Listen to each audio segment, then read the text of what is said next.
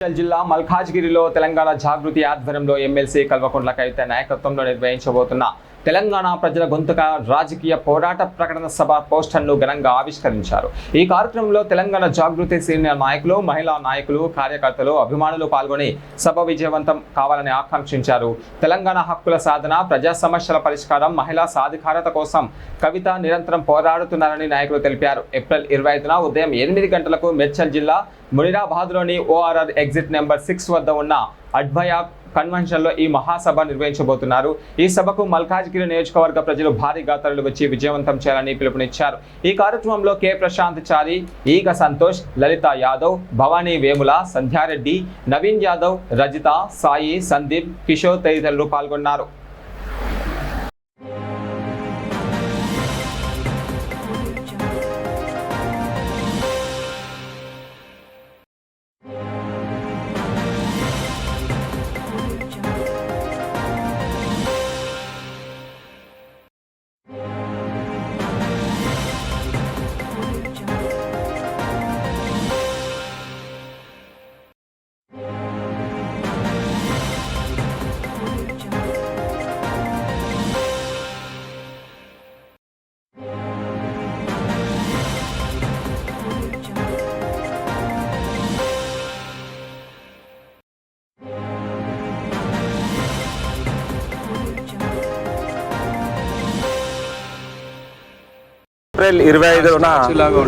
April 25 రోజున మేము తెలంగాణ జాగృతి గత 19 సంవత్సరాలుగా అక్కతో పాటు మేము ఉండి ముందుకు అక్క మమ్మల్ని వెంటంటుండి మమ్మల్ని అందరినీ కూడా కాపాడుకుంటూ తీసుకెళ్ళి ఈరోజు ఈ 2026 ఏప్రిల్ 25న పార్టీని పెట్టబోతున్నాము.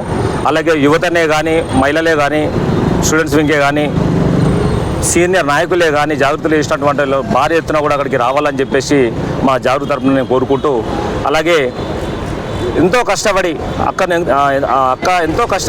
ఎంతోమంది పార్టీలో ఇబ్బంది పెట్టడం మీ అందరూ చూస్తున్నారు. ఈరోజు కవితక్క అంటే ఒక తెలంగాణ జాగృతి ఏదో సోషల్ మీడియా మామూలుగా ఒక స్కిల్ ప్రోగ్రామ్స్ చేసుకుంటా, ఏదో పబ్లిక్ సేవ చేసుకుంటా ఇలా జాగృతిని ఈరోజు ఒక పార్టీగా పెట్టి ముందుకు తీసుకెళ్ళి ప్రతి ఒక్కరిని కూడా మమ్మల్ని కూడా కవితక్క అంటే మమ్మల్ని కూడా అక్క మనుషులు అని చెప్పేసి గుర్తుపట్టే స్టేజ్కి ఈరోజు మేము అక్కతోటి ఉండి కూడా మాకు మంచి పేరు గుర్తింపు ఉంది. మీ అందరూ కూడా ఈ జాగృతికి ఈ ఏప్రిల్ 25 రోజున మీ అందరూ కూడా ఇక్కడ ఉన్న ప్రజలు ప్రతి 33 జిల్లాల నుంచి కూడా భారీగా తరలి వస్తున్నారు. వాళ్ళందరూ కూడా పేరు పేరున కూడా ధన్యవాదాలు తెలుపుకుంటూ, అలాగే ఇక్కడ ఉన్నటువంటి మా అక్క చెల్లెళ్ళు లలిత గారు, సంధ్యారెడ్డి గారు, మా రజిత